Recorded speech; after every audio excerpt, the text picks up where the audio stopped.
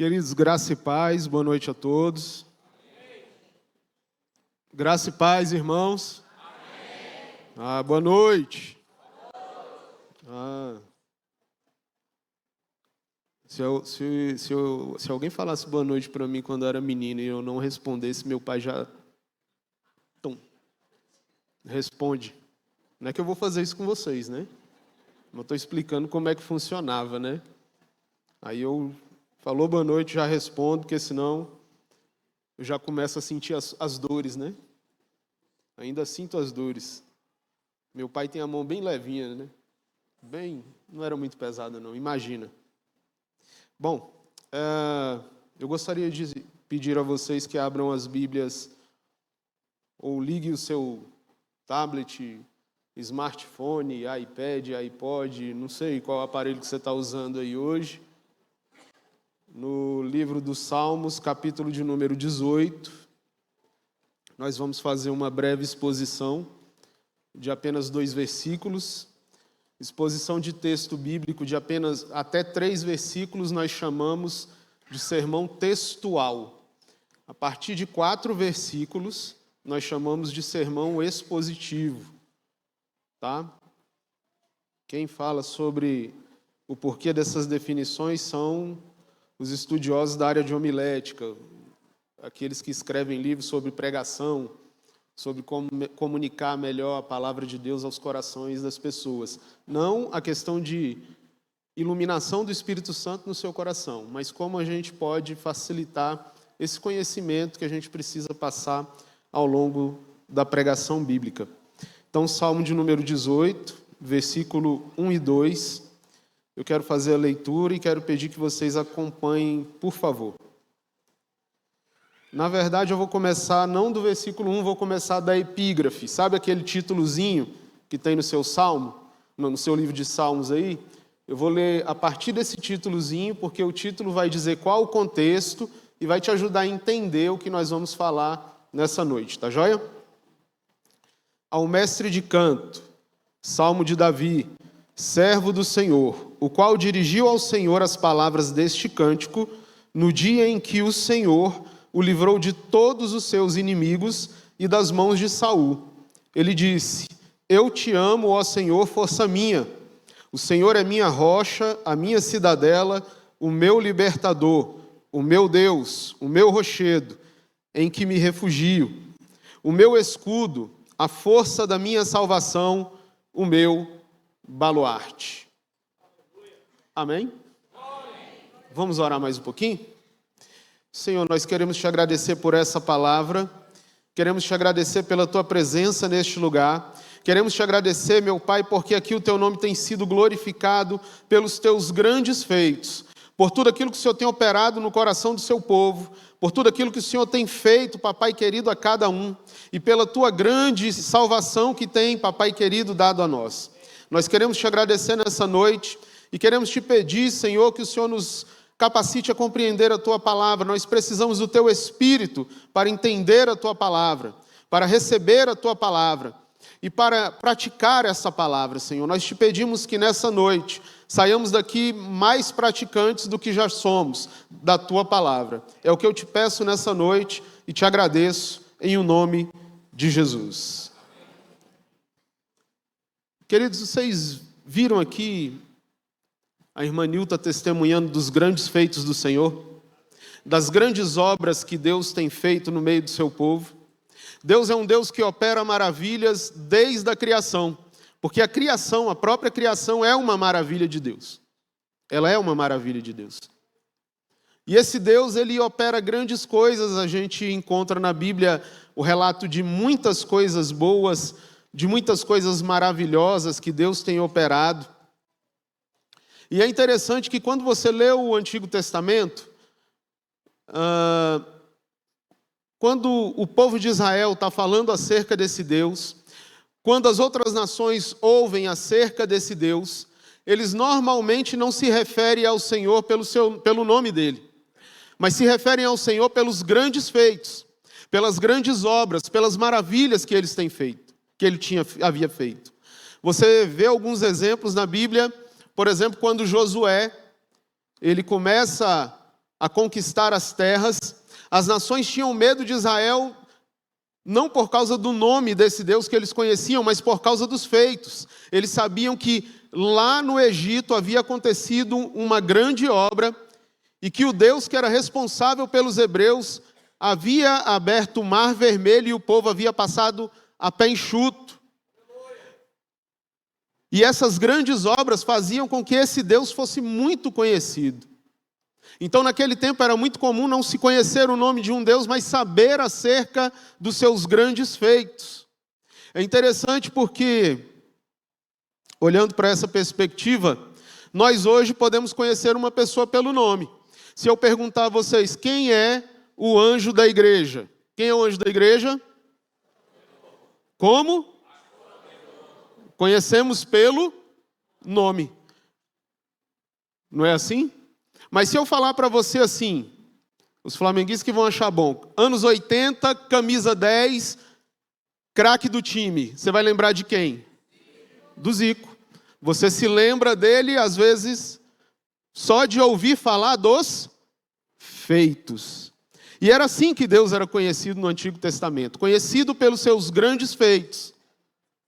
E muitas vezes as pessoas não sabiam o nome desse Deus, não conheciam o nome desse Deus. Então é possível nós conhecermos uma pessoa formal ou informalmente. É possível conhecer uma pessoa pessoal ou virtualmente, né? Conhecer entre aspas.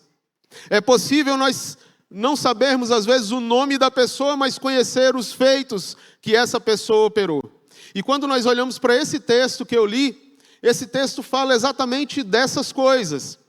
O contexto desse texto, Salmo capítulo 18, vem falar acerca do momento que é descrito em 2º livro de Samuel, capítulo 7, versículo 1, onde Deus dá descanso a Davi de todos os seus inimigos, e o momento onde o grande perseguidor de Davi havia acabado de morrer, que era o seu, vamos dizer assim, inimigo, Saul. Então, nesse momento onde Davi está vivendo essa alegria, esse momento feliz, esse momento onde agora ele pode ter um pouco de folga, onde ele pode se tranquilizar um pouco mais, ele começa a falar desse Deus, não assim diretamente acerca do nome dele, mas acerca dos grandes feitos que ele tinha operado sobre a vida de Davi. E muitos não conhecem o nosso Deus pelo próprio nome, conhecem apenas pelos feitos. É bem possível que esteja presente aqui alguém que ainda não conheça Jesus, não conheça o nome desse Deus, mas conheça a obra que ele fez na vida da irmã Nilta. Talvez você veio aqui e não tenha um conhecimento profundo acerca das coisas teológicas do nome do Deus a quem servimos. Mas você hoje teve o conhecimento das grandes obras de Deus na vida do seu povo. E é sobre isso que Davi está falando. Ele vai explicar quem é esse Deus a partir das grandes obras que ele fez. Ele vai dizer quem ele é, quem Deus é, através das grandes obras que ele operou. E é justamente por isso que o tema desse sermão é: quem é ele? Eu quero falar um pouquinho com você sobre quem é esse Deus. Talvez você tenha esquecido das grandes obras que ele tem feito na sua vida. Talvez você não está vivendo um momento como esse que Davi viveu. Um momento de se alegrar, de adorar a Deus pelos grandes feitos. Talvez você só tenha se lembrado das angústias, das lutas, das perseguições, das afrontas que você tem sofrido. E tem se esquecido de quem ele é. E eu quero lembrar você nessa noite que ele é o Deus Todo-Poderoso. Deus é Deus Todo-Poderoso. Ele não mudou a sua essência. Ele não mudou o seu caráter. Deus é imutável. Ele é o mesmo ontem, hoje e o será eternamente o mesmo Deus. Que derrama o seu poder para curar vidas. Que derrama o seu poder para livrar o homem. Que é capaz de dar folga ao homem. Folga é a expressão bíblica utilizada para quem havia passado por um grande período de perseguição. Deus pode dar folga a você nessa noite, mas você precisa conhecer quem ele é. Davi conhecia bem esse Deus. E ele sabia quem era esse Deus. E no verso 1 ele começa usando uma expressão bem interessante. Ele diz assim: eu te amo, ó Senhor. Eu te amo, ó Senhor. Mas o que eu te amo, ó Senhor, tem a ver com quem Ele é? O que isso tem a ver com quem é o nosso Deus? É porque o nosso Deus, Ele tem que ser um Deus amado. Ele é o Deus que deve ser amado por cada um de nós. Davi usa uma expressão aqui que não é muito comum. O hebraico, normalmente, o texto hebraico normalmente utiliza a palavra ahav para falar de amor. É a palavra que significa amor no texto hebraico. Só que nesse texto aqui, só que no Salmo 18, Davi usa uma palavra derivada da palavra raham. Essa palavra não significa somente amor. Essa palavra significa amar profundamente. Essa palavra significa amar com amor intenso, com algo que vem de dentro da pessoa. É o tipo de amor compassivo, misericordioso. Essa palavra, raham, é utilizada para falar do amor que Deus tem pelo seu povo. E o texto está dizendo que Davi, o próprio Davi, abre o seu coração e diz: Senhor, eu te amo com esse amor compassivo. Eu te amo com esse amor misericordioso. Eu te amo com um amor profundo. E Deus nessa noite nos pergunta: você tem me amado com esse amor profundo? Você tem me amado com esse amor compassivo? Você tem me amado com esse amor que é capaz de entregar a própria vida? Querido, dizer que ama da boca para fora é simples, é fácil. Até os ímpios dizem para suas esposas quando acabaram de as trair, eles dizem: eu te amo. Mas a pergunta é: você ama com amor profundo? Você ama Jesus com amor profundo? Eu amo ao Senhor com amor profundo. Eu amo ao Senhor com amor sincero e compassivo. Eu amo ao Senhor com um amor no qual eu não me preocupo se Ele vai me entregar alguma bênção ou não. Nós amamos ao Senhor assim. E eu preciso confessar uma coisa para vocês. Vou confessar uma coisa para vocês. Não contem para ninguém. Eu fico pensando que tipo de amor nós temos quando as igrejas enchem em dia de campanha e no dia que não tem campanha estão vazias. Aí eu pergunto: onde está esse amor compassivo? Aonde está o amor compassivo? Aonde está o amor misericordioso? Aonde está o amor sincero e profundo quando a igreja está vazia nos dias que não tem campanha? E não estou falando daqui, isso é em qualquer lugar. Tenho muitos amigos pastores, conheço muitos pastores, e a peleja, pastor, é a mesma. Exatamente a mesma. A peleja é a mesma, pastor Silvio. Exatamente a mesma. Que amor profundo é esse? Que no dia de lutar por alguma coisa que eu quero, eu estou aqui, mas no dia que não é o dia de campanha, eu não preciso vir.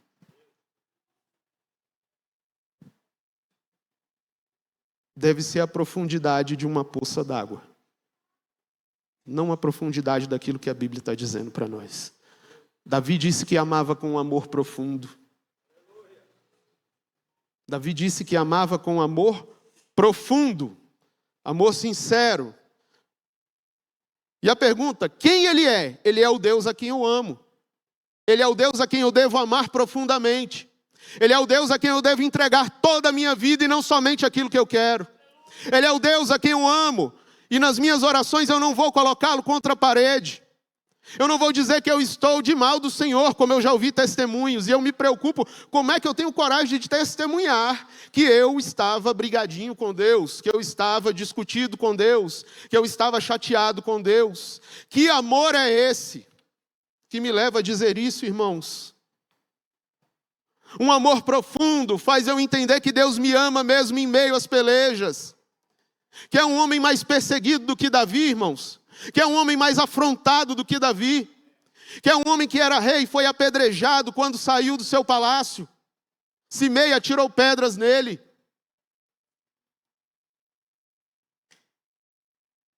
Mas esse homem, ele diz que ele ama ao Senhor profundamente, mesmo tendo passado todas essas perseguições. Imagina um homem sair com 3.000 homens atrás de você para te matar. Dizer que vai te matar, sendo o rei de uma nação. E mesmo assim você manter esse amor profundo, um amor sincero, um amor verdadeiro dentro do seu coração. Davi disse: esse Deus é o Deus a quem eu amo. Quem é Ele? Ele é o Deus a quem eu amo profundamente. E ele não ficou só dizendo: Senhor, eu te amo profundamente, não. Ele disse: Senhor, eu te amo profundamente porque Tu é a força minha. Ele diz: Senhor, Tu é a minha força. Esse adjetivo significa ter poder. Esse adjetivo significa ter força realmente, braço forte. Mas não para qualquer evento, é braço forte na hora da guerra, na hora da batalha. Essa palavra é utilizada em momentos de guerra, em contextos de guerra. É a bravura para enfrentar os adversários. Davi estava dizendo: olha, Senhor, Tu és a minha força, Tu és a minha capacitação para as batalhas, Tu és a minha capacitação para as pelejas, Tu és a minha capacitação para as guerras. Davi, quando vai se expressar dizendo quem é o Senhor e os grandes feitos que Ele tem operado, ele está dizendo: olha, o Senhor é aquele que pode me dar vitória em meio às lutas. E não há outro que possa te dar vitória, irmãos. Não há outro que possa te abençoar. Não há outro que possa guerrear as suas guerras. Não há outro que possa ir à frente na sua batalha. Não há outro que possa derrotar esse gigante que você está enfrentando. Somente o Senhor pode te dar a vitória nesta noite. Só Ele pode vencer por você.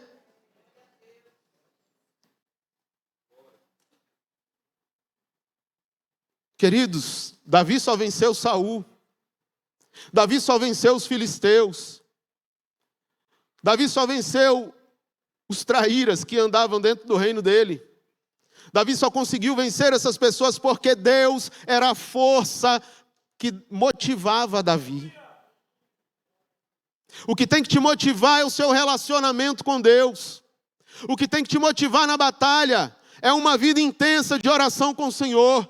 É uma vida de entrega a Ele, porque sem Ele nós nada podemos fazer. Você só é capaz de vencer se Deus estiver na batalha. Você só é capaz de guerrear se o Senhor estiver na batalha. Você só tem vigor, amados, se Deus estiver contigo. Não é porque você é bom, não é porque você é grande, é forte. Não é porque você formou fora do país, não. É porque Ele é a nossa força. Ele é a nossa força. Efésios, capítulo 6, verso 10, vai repetir para nós essa verdade. Quanto ao mais, sede fortalecidos no Senhor e na força do meu poder, do teu poder, do nosso poder, não. Sede fortalecidos no Senhor e na força do seu poder. É no poder do Senhor que nós vamos vencer, irmãos. Crente só vence na força do Senhor. Crente só vive na força do Senhor. Crente só consegue adorar no poder e na força do Senhor. Quantos se tem se vangloriado daquilo que faz diante do Senhor, mas você só faz porque a graça de Deus está sobre você. Você só faz porque o poder de Deus está sobre você. Você só faz porque o Espírito Santo é refreador de pecado e muda o seu coração para você fazer aquilo que é espiritualmente bom. Ninguém faz o que é espiritualmente bom por si mesmo, mas faz porque é fortalecido no Senhor e na força do seu poder. É na força do Senhor que você vai poder as coisas.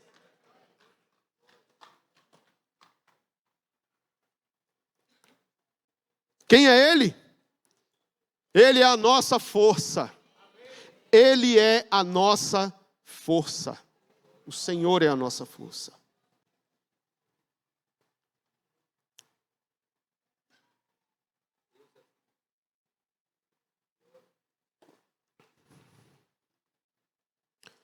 Versículo 2. O Senhor é a minha rocha. O Senhor é a minha rocha. Eu não sou a rocha. Você não é a rocha. Pedro não é a rocha. Pedro não é a rocha. A rocha é Cristo. O Senhor é a nossa rocha. Nesse texto, Davi continua descrevendo os predicados do nosso Deus, falando daquilo que Deus é e daquilo que Ele faz, afirmando que Ele é aquilo que o texto hebraico chama de Sali. Sali é um penhasco, é uma fenda dentro de uma grande rocha. Ele está dizendo que Deus é uma grande pedra,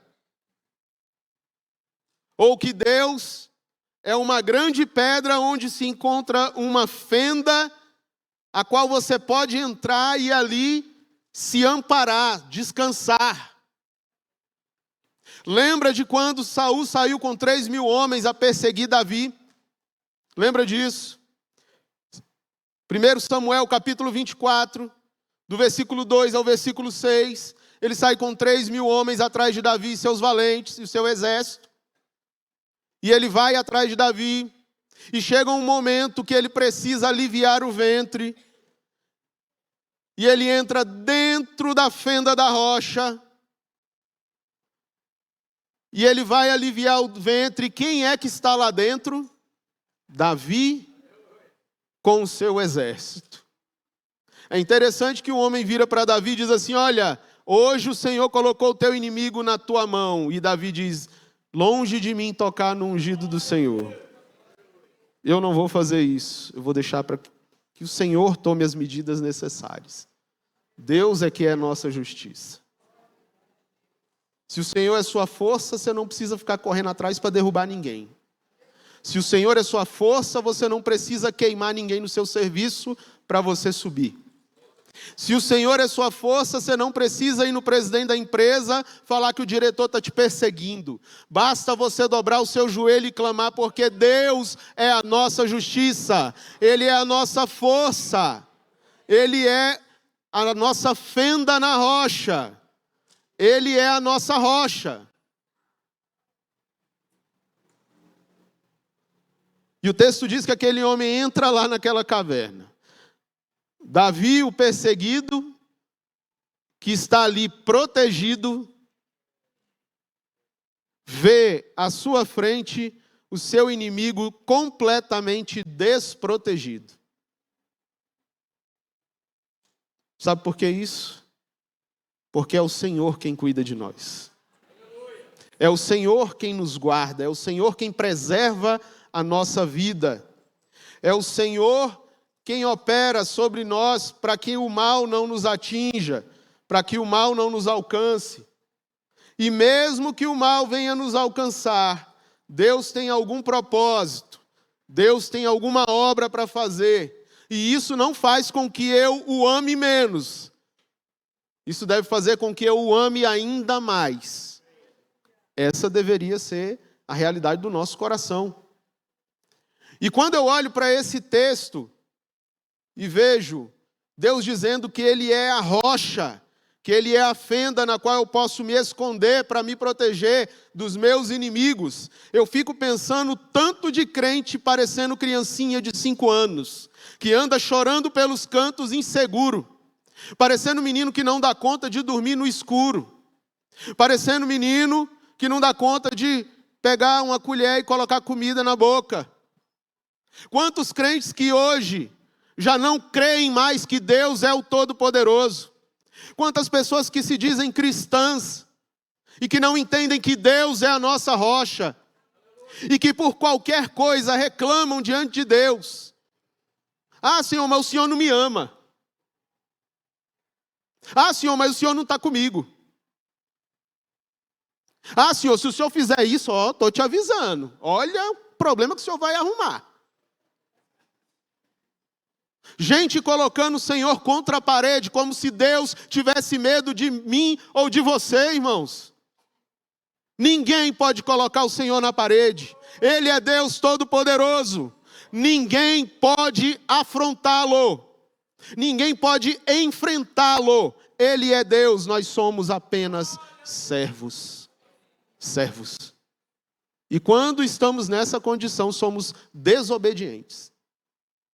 Porque às vezes queremos falar com o Senhor como se estivéssemos falando com um menino. Você vai fazer isso porque eu quero. Oh, irmãos. Sabe o que é isso? Falta de leitura bíblica. A Bíblia mostra como que a gente deve orar. Os Salmos mostram como se faz oração. A Bíblia inteira nos mostra como nós devemos orar diante do Senhor. E não é de forma orgulhosa, ou como se nós estivéssemos exigindo alguma coisa de Deus. Muito pelo contrário. É nos humilhando, falando, Senhor, do mesmo jeito que Jesus fez no Getsemane, se possível, se é da tua vontade, faça isso. A minha vontade é essa, mas que seja feita não a minha, e sim a tua. Esse é o nível de crente que eu, biblicamente, vejo que Deus quer que nós sejamos. Mas a teologia da prosperidade ensinou que você tem que exigir, né? Isso é coisa da teologia da prosperidade. Você já sabe que eu sou completamente contra eles, então...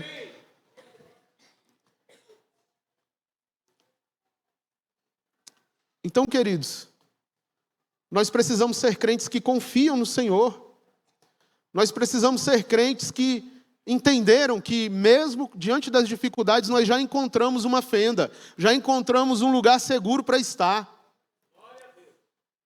Nós estamos nesse lugar seguro e muitas vezes Deus vai colocar alguém que está nos perseguindo nas nossas mãos e nós não vamos atuar, nós vamos deixar Deus fazer o que é a vontade dEle.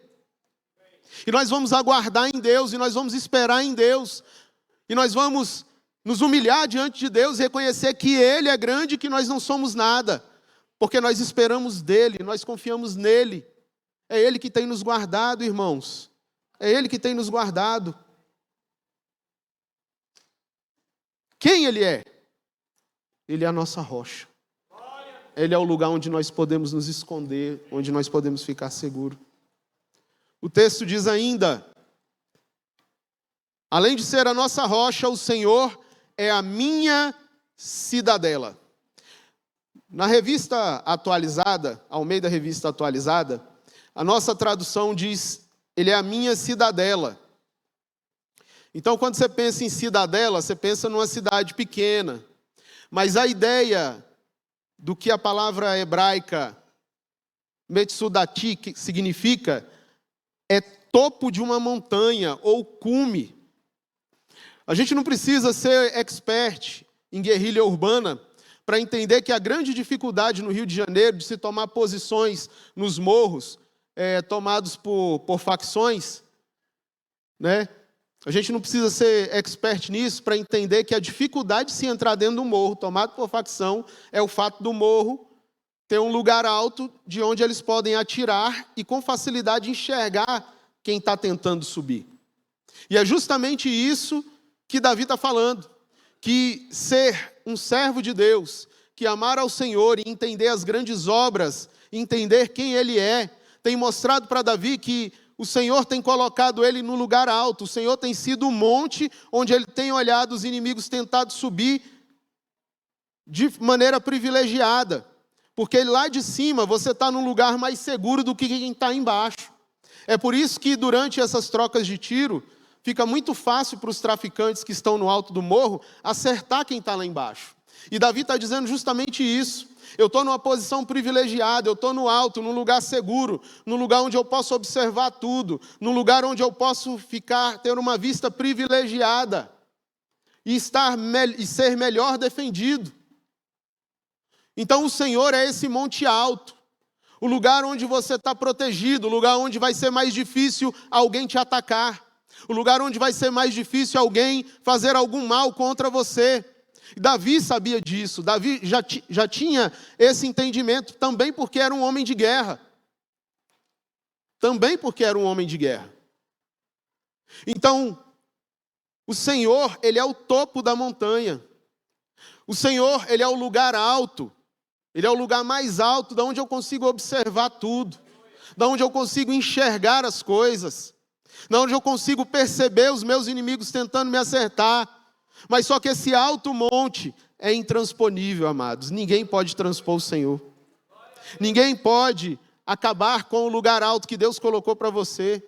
Ninguém pode destruir, ninguém pode transpor, ninguém pode subir, ninguém pode chegar até você, se pelo próprio Senhor isso for concedido. Então nós precisamos entender hoje que Deus, Ele é a nossa montanha, Ele é a nossa segurança. Quem é Ele? Ele é a nossa montanha, é o lugar alto que traz segurança para nós. Deixemos de ser crentes inseguros, crentes imaturos, crentes que temem a tudo. Eu não sei se é por conta das exigências do meu trabalho. E quando eu entrei na polícia, a gente andava com um 38 com 5 tiros, né? E quando você abria o tambor do revólver caía. Eu já tenho 28 anos de serviço. Quando eu entrei era assim. A gente não tinha as pistolas com 20 tiros que a gente tem hoje. Não, era 38. E eu pensava, rapaz, eu não tinha Jesus quando eu entrei na polícia. Eu com 38, com 5 tiros, tambor caindo, eu já tenho coragem.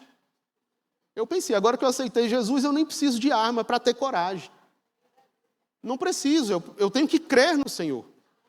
A minha coragem não vem de mim mesmo, mas vem do fato de eu crer no Senhor, e acreditar que Ele é poderoso. Então a minha coragem vem disso. Então eu não temo algumas coisas, lógico que todo mundo tem medo. Todo ser humano tem medo. Tem uns que tremem de falar em público. Tem uns que tremem com medo de avião. Eu tenho medo do bicho mais perverso do mundo, que é o sapo. Irmãos, não ri, irmãos. Sapo comia Tyrannosaurus Rex, irmãos. Vocês não... É porque vocês não entendem nada sobre sapo. Então, sapo comia Tyrannosaurus Rex. É por isso que eu tenho medo de sapo. Então, tipo assim, se eu ver um sapo, aí eu arrumo uma madeira de uns 2 metros e fico daqui para ali, né? E o pior é que lá em casa já apareceu várias vezes cobra. Já matei cobra desse tamanho lá em casa. Mas sapo, o bicho é complicado. É muito mais difícil matar um sapo do que uma cobra, irmãos. Vocês não fazem ideia. Hã? Tem. Aí eu prefiro manter as cobras lá dentro de casa, porque elas comem o sapo, né? Irmãos, dá menos medo do que o sapo.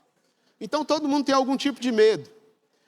Mas as exigências do meu serviço faziam com que eu tivesse que, às vezes, entrar em locais extremamente perigosos, com pessoas armadas e tudo. E eu nunca me fiei em mim mesmo, eu me fiava, lógico, depois que eu conheci Jesus, eu me fiava no fato de eu conhecer ao Senhor. E eu saber que quem estava me defendendo, quem estava me guardando, mesmo que houvesse uma falha tática ou técnica minha, quem me guardava, eu sabia que era o Senhor, e Ele já me livrou várias vezes. E nós não podemos, enquanto crentes, irmãos, sermos crentes medrosos. Tem medo de tudo. Não tem coragem. Parece mais frágil do que uma criança. Parece que aquilo que o pastor falou no início aqui ainda não chegou ao seu coração. A fé salvadora.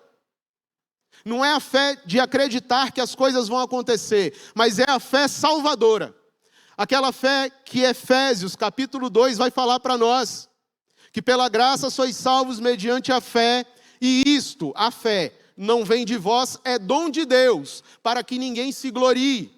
Então essa fé salvadora que é colocada dentro de nós pelo poder do Espírito Santo e nos capacita a acreditar em Deus e a não ter medo das circunstâncias, parece que nós precisamos mais hoje ouvir texto sobre isso, porque parece que os crentes morrem de medo. Morrem de medo. Não, eu não vou falar tal palavra porque eu posso ser preso, porque eu acredito que isso aqui é pecado, então eu tenho medo de ser preso, eu tenho medo disso, medo daquilo, irmãos. Eu lembro das irmãzinhas do coque. Quem já conheceu a irmãzinha do coque? Rapaz, pisa no calo de uma irmãzinha do coque para você ver.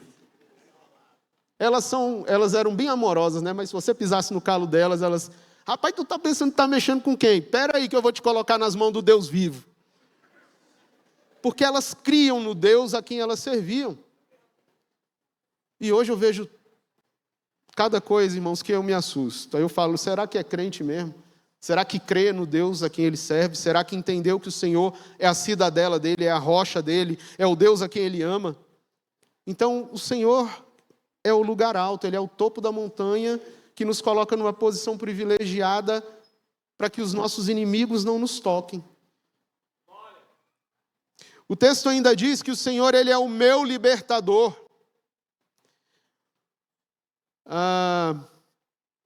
Davi vai fazer uma afirmação extremamente confortadora aos nossos corações. Quando estamos em dificuldade, ou em situação de aperto, e aperto é o termo que a Bíblia usa para pessoas que estavam fugindo em meio a perseguições. Então, quando fala Israel estava em aperto, significa que Israel estava fugindo e que tinha uma tropa atrás de Israel perseguindo. Ou seja, fuga em meio à perseguição, ou passando por uma situação de risco de vida. O texto nos diz que Deus nos dá fuga, Ele nos dá livramento e nos garante sobrevivência, porque o texto hebraico, ele literalmente não significa libertador, mas significa aquele que dá fuga em meio à perseguição, ou aquele que dá livramento. Muitas vezes nós ficamos acuados, muitas vezes nós passamos por situação, e eu quero que você entenda o contexto de Davi, que é o de muitas vezes ter que fugir no meio de uma batalha, mas ele mesmo fugindo, mesmo deixando a retaguarda desguarnecida porque estava fugindo, o texto nos diz que Deus é o responsável pela nossa sobrevivência. Deus é o responsável pelo nosso livramento. Deus é o responsável por nos dar vitória, até mesmo na hora da fuga das guerras. E Davi era esse homem, um homem acostumado com isso. Às vezes, numa frente de batalha, avançar. Às vezes, numa frente de batalha, recuar. E é por isso que ele vai usar essa palavra, a palavra mefalti, que significa aquele que dá livramento em meio à fuga e que garante a sobrevivência. Então, talvez você está no momento onde você tem que ficar acuado. Talvez você está no momento onde você está fugindo de alguma coisa que está tentando te acertar. Deus, nessa noite, está dizendo para você, é Ele quem garante a sua fuga se for necessário. É Ele quem garante o seu livramento se for necessário. Se no momento dessa batalha for preciso você recuar, pode ter certeza que Deus estará com você. Ele vai te abençoar, Ele vai te ajudar. Os homens de guerra do Antigo Testamento sabiam que nem sempre eles poderiam fazer como tropa de choque, andar só para frente, seguir sempre em frente. Muitas vezes eles precisavam recuar. Muitas vezes eles precisaram deixar a poeira baixar. Muitas vezes eles precisaram parar. Mas Deus sempre garantiu a vitória a esses homens. Assim como Deus garantiu a vitória a Davi. A pergunta é, quem é Ele? Ele é o Deus que dá livramento e garante a nossa sobrevivência. Ele é quem garante. O texto continua. Ele é o meu Deus, o meu rochedo em quem me refugio. Acerca da expressão meu Deus, o texto hebraico vai usar a palavra El, da onde vem Eloá, Elohim. Então, usando só a partícula El, isso já significa Deus, ou seja, a divindade. Alguém que está acima de nós, alguém que é o Todo-Poderoso, alguém que é o Criador de todas as coisas. E Davi vai dizer que esse Deus é o meu rochedo em quem me refugio. O salmista aqui ele vai expressar uma confiança inteira no Senhor. Ele não está desconfiado com as coisas que aconteceram. Ele não está preocupado com as perseguições que aconteceram. Ele não está revoltado porque mais na frente vai acontecer alguma perseguição. Não, ele confia plenamente porque ele sabe que Deus é o rochedo em que ele se refugia. E é interessante, porque é justamente a ideia de você procurar uma rocha para você se abrigar. Imagina hoje uma situação de tiroteio, e de repente aqui do lado tem uma pedra de 3 metros cúbicos, ou seja, 3 de altura, por 3 de largura, por 3 de profundidade. Se começarem a dar tiro, basta você correr para trás da pedra. Esses tiros não vão te atingir.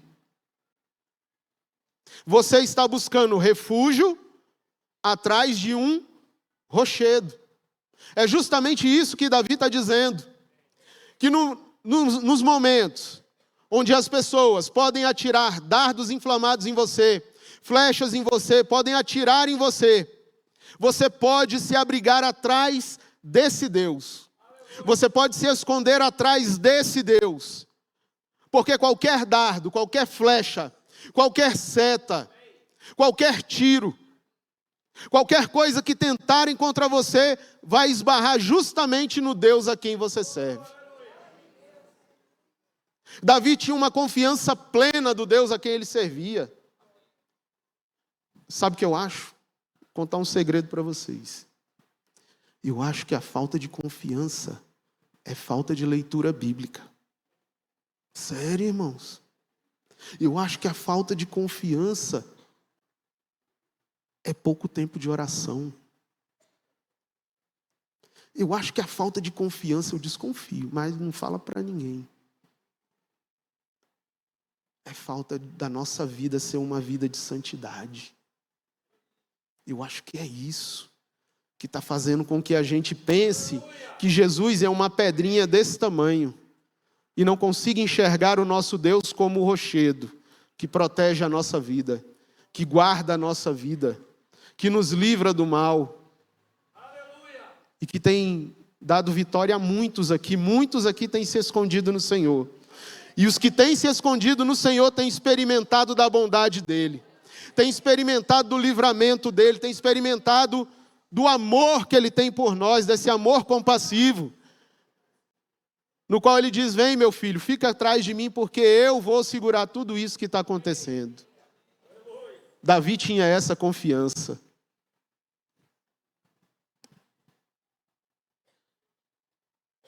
A pergunta é: quem é Ele? Ele é a rocha em que eu busco refúgio. Ele deve ser a rocha em que nós buscamos o nosso verdadeiro refúgio. O texto ainda diz o seguinte: o Senhor é o meu escudo. Acho que é o último sermão que eu preguei aqui, eu falei sobre esse escudo, que é o Magém. Magém é um escudo pequeno, redondo, utilizado nas batalhas. Ele tanto permite você se defender, como permite você também atacar. Davi, como homem de guerra, usa essa imagem para falar dos grandes feitos do Senhor e quem Ele é. Ele é o nosso escudo. Ele é o escudo que nos defende. Ele é o escudo que nos defende das espadas. Ele é o escudo que nos defende de todas as artimanhas do inimigo. E nós, enquanto crentes, precisamos entender que a gente precisa não só de armas de ataque, a gente precisa de armas de defesa. Davi, por ser um guerreiro, entendia muito bem isso. Ele sabia que ele não precisava somente da espada, mas precisava de um escudo pequeno, de um escudo que ele pudesse defender o corpo dele todo com facilidade, que ele pudesse defender de qualquer coisa nos pés ou na sua fronte. E ele está dizendo que Deus é esse escudo, é esse protetor, é esse que nos livra, é esse que nos guarda, é esse que dá agilidade e destreza para o guerreiro, para ele se defender. Todos nós aqui fomos chamados como guerreiros do Senhor. E como guerreiros, muitas vezes as pessoas acham que vão se defender com as suas próprias armas. Não, nós vamos ser defendidos pelo Senhor, irmãos. É pelo nosso Deus, é o nosso Deus quem garante a nossa defesa. E Davi sabia disso. Ele enxergava isso, ele via isso. E por que nós não enxergamos isso? Por que nós temos essa dificuldade de entender todas essas coisas? Quem é Ele? Ele é o nosso escudo. Ele é o nosso escudo. Para de se fiar em político. Para de se fiar em empresário. Para de se fiar no seu chefe. E uma coisa que eu vou ter que falar. Muita gente se fia no bambambam lá em cima, né? no chefe. Irmãos, isso é coisa de bajulador. Coisa feia é crente que fica bajulando. A gente não precisa disso. Nós precisamos do Senhor na nossa vida. Você não tem que ficar lá, chefe, chefe, se o senhor espirrar em saúde, estou indo ali. Irmão, você não precisa disso. Você precisa se prostrar diante de Deus. Você precisa clamar para quem é o dono de todas as coisas. Coisa feia é gente bajulador, irmãos. É feio demais, mas é feio. Você nunca sentiu vergonha alheia? Você nunca ficou? Eu não fico vermelho, né? Eu fico roxo. Já fiquei roxo, olhando assim, falando, meu Deus do céu, um homem dessa idade fazendo isso. Que vergonha. Irmãos, nós temos que nos prostrar diante do nosso Deus, nos humilhar diante do nosso Deus. Você tem que tratar as pessoas com educação, com respeito, mas não com bajulação. Eu não gosto de bajulação. Se a Manu e o Natan chegar para mim, pai, não sei o que, vocês estão querendo alguma coisa, pode chegar para lá. Pode ir para lá, aqui não. Né? Eu brinco com eles, às vezes estão brincando comigo, aqui não adianta bajular não, que aqui não sai não, meu amigo, aqui o negócio é bruto. Aqui o sistema é bruto. Então, não é a bajulação que vai te levar aonde Deus disse que você vai chegar. É se prostrar diante de Deus. É se colocar diante dEle, porque Ele é a força. Ele é a força da nossa salvação, irmãos. É Ele quem opera. O texto diz aqui que o Senhor é a força da nossa salvação. Sabe, se a gente fosse traduzir a força da minha salvação, literalmente, seria o chifre da minha salvação. Porque a palavra hebraica utilizada aqui é a palavra querem. Querem significa chifre. Chifre na Bíblia, quando você lê o livro de Apocalipse, significa poder.